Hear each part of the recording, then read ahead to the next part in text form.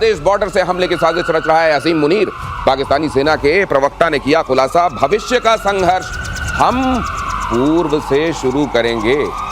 तो जिस पूर्व ने ये कह दिया कि भाई पाकिस्तान से हमको बचाओ, अलग देश बनाओ, हम इनके साथ नहीं जी सकते, ये तो पता नहीं कौन से लोग हैं। ये धर्म की बात करते हैं और जब धर्म के नाम पर कोई इनके पास आ जाता है तो फिर ये न जाने और कौन कौन से क्राइटेरिया बना लेते हैं। आदमी इंसानियत के दुश्मन है, इनके साथ नहीं रह सकते। अगर ऐसा नहीं होता तो बांग्लादेश क्यों बनता?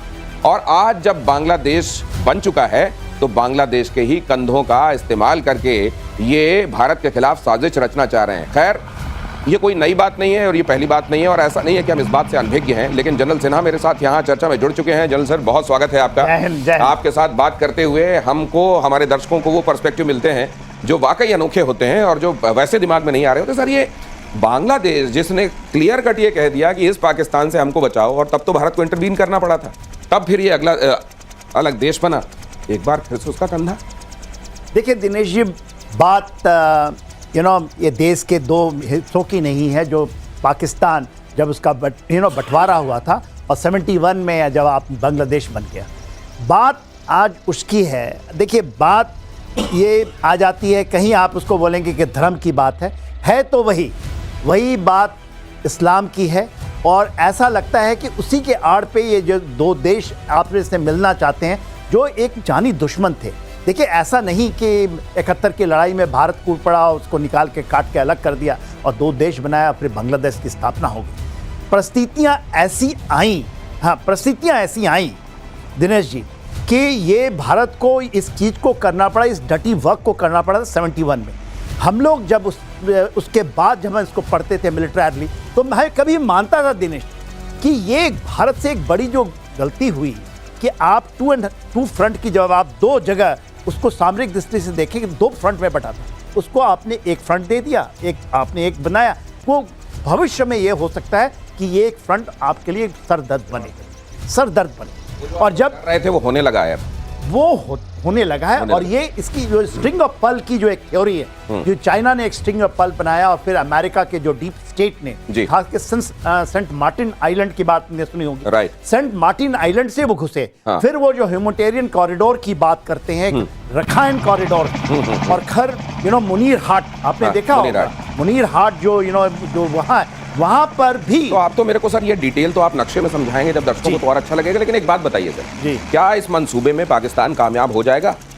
देखिए, हसीन सपने तो सब देखते हैं। ये चीजें वो इतनी, उसको ये नहीं पता है कि 4000 किलोमीटर का पूरा जो उनका बॉर्डर है वो हमारे साथ है। बांग्लादेश चारों तरफ से, बे बंगाल हमारा है, अंडमान निकोबार नीचे है। आप कोई कहते किसी की हस्ती है कि बांग्लादेश ठीक ठाक तरक्की के रास्ते पे जा रहा था। ऐसा लग रहा था कि बांग्लादेश एक नजीर बन रहा है, ये बताने के लिए कि देखिए, अगर आप सकारात्मक तरीके से अपने आप को आगे बढ़ाएं तो आप किसी के लिए उदाहरण भी बन सकते हैं। लेकिन अचानक फिर से पाकिस्तान ने फच्चर डाला और पाकिस्तान की छाया जिस पर पड़ जाती है उसका क्या हाल होता है, ये आपको बताने की जरूरत नहीं है। मेरा गला फंस रहा है, इसलिए सर माफी के साथ मैं आप अगर आप परमिट करें तो। और किसी भी ऑपरेशन के लिए सेना को तैयार रहने के लिए सीडीएस ने बोल दिया है। सीडीएस ने कहा है कि हमारी सेना तैयार है। Chief of defence staff Anil Chauhan ने सेना को अलर्ट किया, पाकिस्तान को जवाब देने के लिए तैयार रहना होगा। कहा, पाकिस्तानी सैनिक और आतंकी अभी भी चुनौती बने हुए हैं।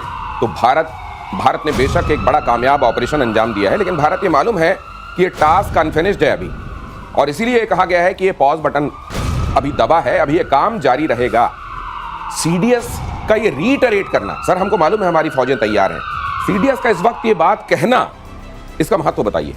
देखिए, जो सीडीएस हैं, क्योंकि सामरिक दृष्टि से minute to minute review of situations होती है, जो चीजें एक्चुअली जमीन के ऊपर में, जिसमें इंटेलिजेंस का भी पूरा जमावड़ा होता है और आकलन होता है, तो बनती तो यही है जो सीडीएस बोल रहे हैं। आप भले ही 2 एंड 5, मैं तो 3 फ्रंट वॉर की बात करता हूँ। यदि आप चाइना को ले लें और पाकिस्तान को ले दें और बांग्लादेश को ले लें, तो ये 3 फ्रंट की वॉर, और इसको बेवकूफ़ी से भारत लड़ना जानेगा कि सामरिक हमारी तैयारी वैसी। और ये नहीं कि बांग्लादेश हमारे केवल 4 साल बाद 1975 में शेख मुजीबुर रहमान की जब हत्या कर दी गई, उनके 2 बेटों को मार दिया गया, और वो किस लिए? क्योंकि वो बांग्लादेश के स्थापक थे। उस समय से 4 साल बाद ही हो चुका था। भारत, क्योंकि मैं MGGS ऑपरेशन रहा हूं ईस्टर्न कमांड से, Right. जो आप लेटर अभी घूम रहा है ना, Right. कि जो तैयारी है वो हमारी कस्टडी में वो चीजें होती थी। अच्छा। मैं वहां ऑपरेशन रहा हूं। Okay. तो वो चीजें हमने उस समय से पढ़ा है। तो जी। आज की क्या प्रॉब्लम है, जी। वो हम बताना ही चाहते, मगर अब खुल के बातें हो रही है तो खुल के बातें तो होनी अगर खुल के बातें हो रही हैं और मिनट टू मिनट रिव्यू किया जा रहा है, तो हर बार ये बात दोहरानी पड़ेगी, बतानी पड़ेगी, और खास तौर से अपने लोगों को रिएश्योर करना पड़ेगा, दुश्मन को भी साथ में दहलाना पड़ेगा। इसलिए ये बातें महत्वपूर्ण हैं। अगली खबर देखिए, पाकिस्तान पर ब्रह्मोस अटैक से डर गए थे ट्रंप। पाकिस्तान पर जैसे ही ब्रह्मोस चलाया भारत ने, ट्रंप थरथरा गए।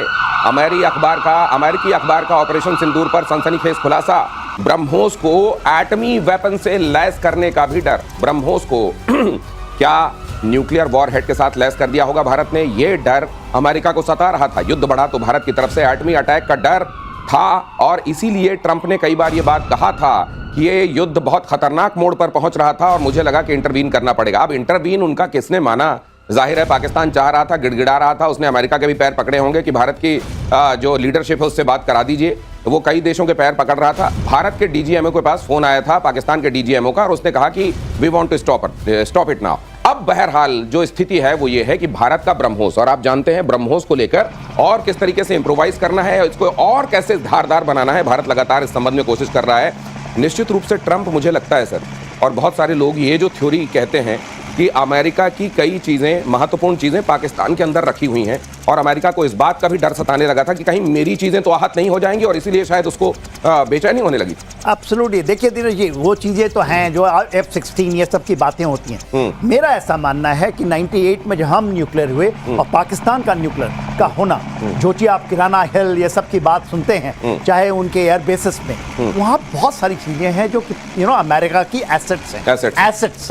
और वो ऐसा नहीं कि जमीन के ऊपर है, वो जमीन के नीचे भी है। तो मैं इशारों में आपको ये बता दूं, जमीन के नीचे भी है। जमीन के नीचे। सर एक बात बताइए, अगर मेरे पास परमाणु हथियार हैं, मान लीजिए मैं पाकिस्तान के ऊपर रहम की निगाह रखता हूं, मैं अपने कुछ एसेट्स देके वहां पे एक आध टेस्ट करा दूं, और बाकी पता नहीं उनके पास वाकई न्यूक्लियर है कि नहीं। बहुत सारी चीजें ऐसी थी जो अभी तक कवर में थी, और असल में ब्रह्मोस ने उस पर्दे को फाड़ देने का काम किया है, और इसीलिए अमेरिका भी थर्रा गया।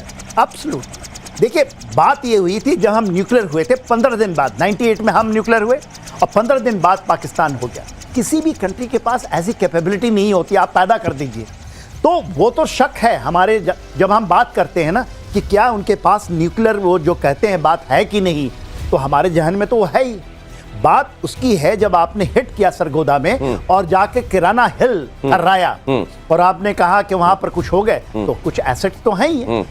बात आज इसकी है कि ब्रह्मोस की आपने की है। क्यों ब्रह्मोस? जो ब्रह्मोस एक क्रूज मिसाइल है, नैप टू अर्थ, 3 मीटर का, अभी तो 1 मीटर का हो गया। लोग हम कहते हैं 500 किलोमीटर, मगर उसकी एक्चुअली रेंज जो हमारी ऑपरेशल रेंज है 800-900 मीटर है। उसके अलावा अभी उससे भी बड़ी चीजें जो दुनिया में बात नहीं हो रही है, खुल के बात नहीं हो रही। पाकिस्तान के डॉन का अखबार में, चाइना के और अमेरिका के अंदर अग्नि 5 एडवांस वर्जन, जो कि आपका बंकर ब्रस्टर है, बंकर ब्रस्टर मिसाइल।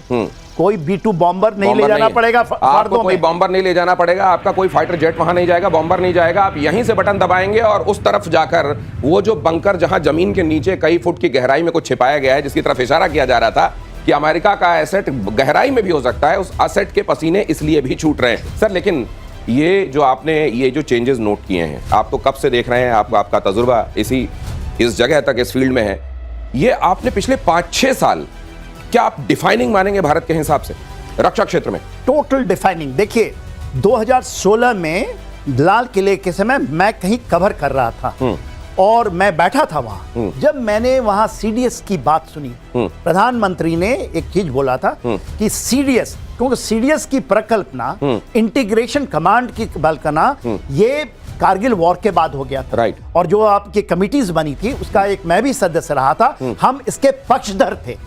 जो अग्निवीर की है प्रकल्पना कि 4 साल में जब टेक्नोलॉजी बदल